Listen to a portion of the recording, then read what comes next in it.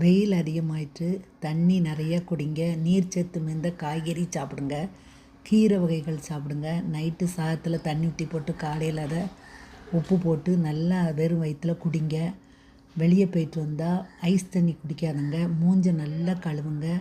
மூஞ்சை கழுவும் போது அந்த முகம் நல்லா இதாக பளிச்சுன்னு இருக்கும். தண்ணி எவ்வளோக்குள்ளே குடிக்கலோ அவ்வளோக்குள்ளே உடம்புக்கு நல்லது. குறைஞ்ச விலையில் கிடைக்கிற பழங்களை வாங்கி சாப்பிடுங்க. எந்த பழமாக இருந்தாலும் சரி சாப்பிட்றது ரொம்ப